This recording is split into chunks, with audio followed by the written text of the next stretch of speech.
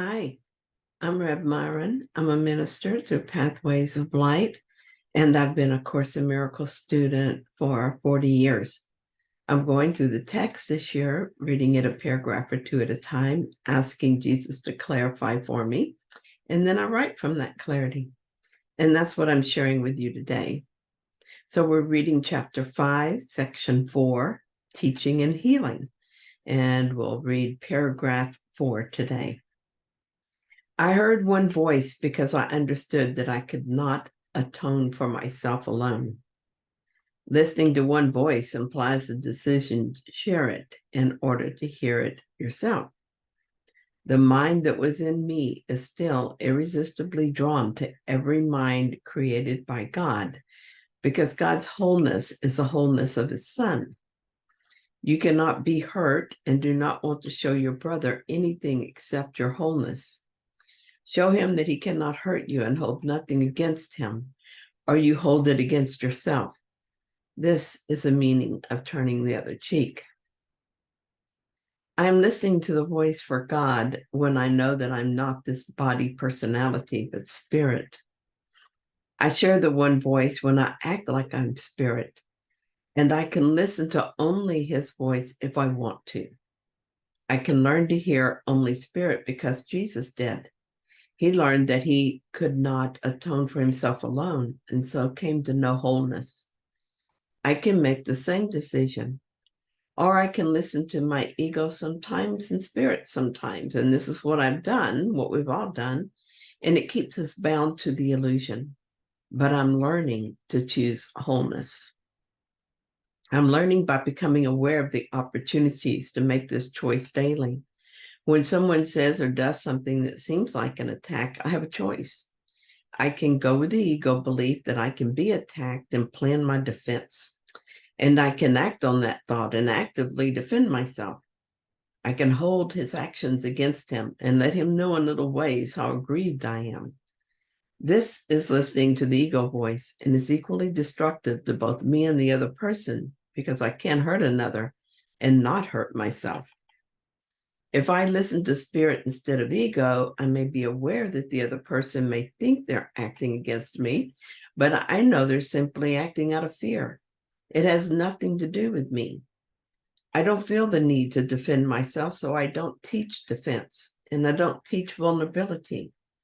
I hear a call for love, and so answer the call. Thus, I am teaching love instead. I show him I'm whole and he cannot hurt me. This teaches him that the same is true for him.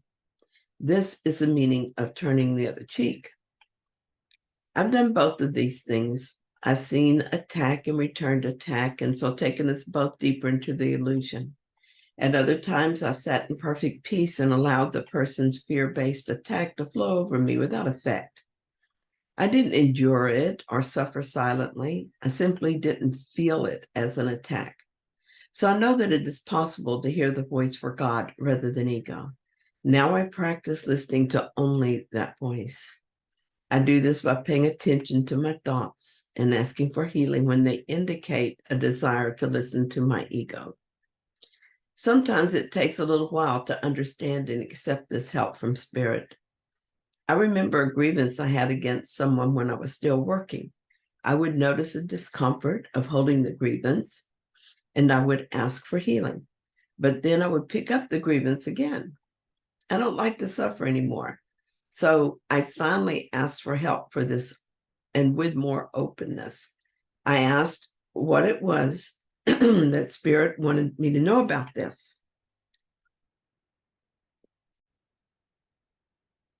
The thought that came into my mind was that this person was threatening my income source and that I was very afraid of losing money.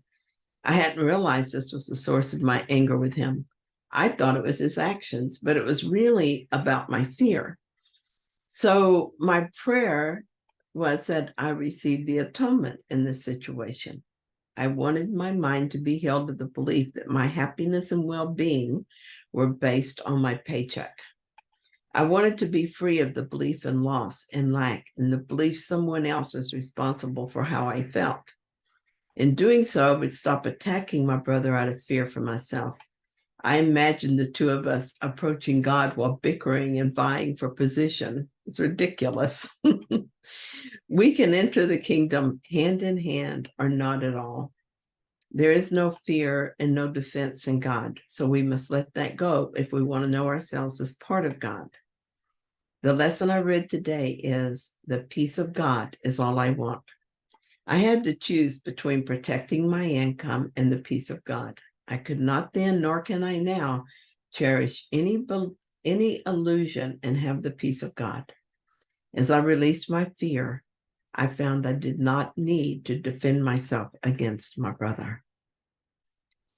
Something else I want to share is that we don't have to do any of this alone. In fact, we can't actually do it alone. Our brother Jesus brought us A Course in Miracles to help us wake up as he did. But he didn't just start this process and walk away from it. He stays with us to continue to help. I make him a part of my life by talking to him and asking for his help, but also by sharing whatever is going on. It took me a while to form that habit, but I'm glad I did.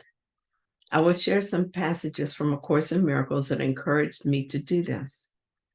Maybe, like me, you had not noticed these before or recognized their value. Maybe, like me, you might want to reconsider. So here are some of them. A little while, now this came from chapter 12, section 2, paragraph 7. A little while, and you will see me, for I'm not hidden because you are hiding. I will awaken you as surely as I awaken myself, for I awake for you.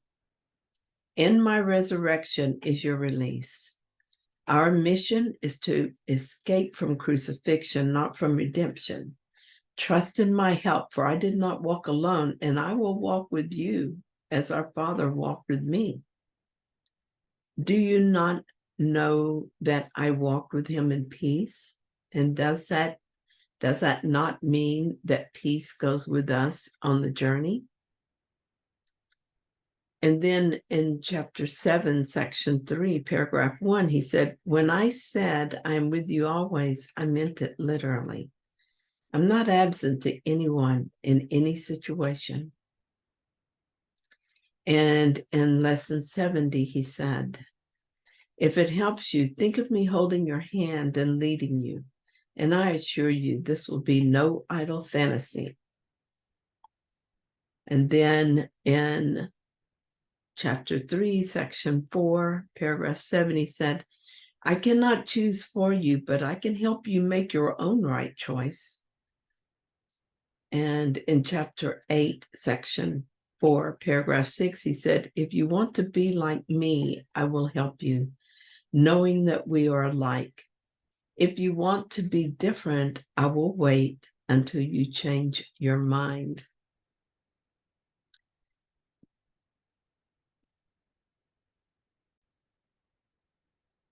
It made me my favorite. And this one is from Clarification of Terms 5. But Jesus is for you, the bearer of Christ's single message of the love of God. You need no other. It is possible to read his words and benefit from them without accepting him into your life.